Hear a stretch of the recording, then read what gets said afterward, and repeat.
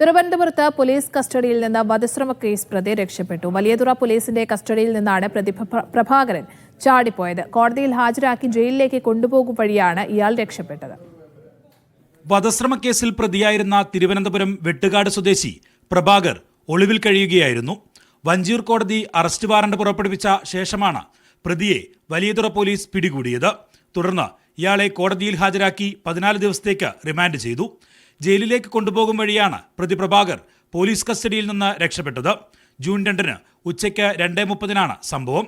Valiyathura police sub inspector Joy സെബാസ്റ്റ്യന്റെ നേതൃത്വത്തിലാണ് പ്രഭാകരനെ കോടതിയിലെത്തിച്ചത്. ജയിലിലേക്ക് കൊണ്ടുപോകും വഴി ഒരു ഹോട്ടലിൽ നിന്ന് ഉച്ചഭക്ഷണം കഴിച്ച് ഇറങ്ങുന്നതിനിടെയാണ് പോലീസിന്റെ കണ്ണുവെട്ടിച്ച് പ്രതി കടന്നു കളഞ്ഞത്. പോലീസ് കോൺസ്റ്റബിൾ സുനിൽ ക്യാഷ് കൗണ്ടറിൽ പണം നൽകാനായി നിൽക്കുമ്പോഴായിരുന്നു തിരക്കിനിടയിലൂടെ പ്രതി രക്ഷപ്പെട്ടത്. തുടർന്ന് Valiyathura sub inspector Joy Sebastian Vanchiyoor പോലീസിൽ പരാതി നൽകി. വഞ്ചിയൂർ പോലീസ് ഇയാൾക്കായി തിരച്ചിൽ നടത്തുകയാണ്. നിയമപരമായി കസ്റ്റഡിയിൽ നിന്ന് രക്ഷപ്പെടൽ, കരുതിക്കൂട്ടിയുള്ള കസ്റ്റഡിയിൽ നിന്ന് രക്ഷപ്പെടൽ എന്നീ വകുപ്പുകൾ ചേർത്താണ് ഇയാൾക്കെതിരെ വഞ്ചിയൂർ പോലീസ് കേസെടുത്തിട്ടുള്ളത്. മീഡിയ 1 തിരുവനന്തപുരം.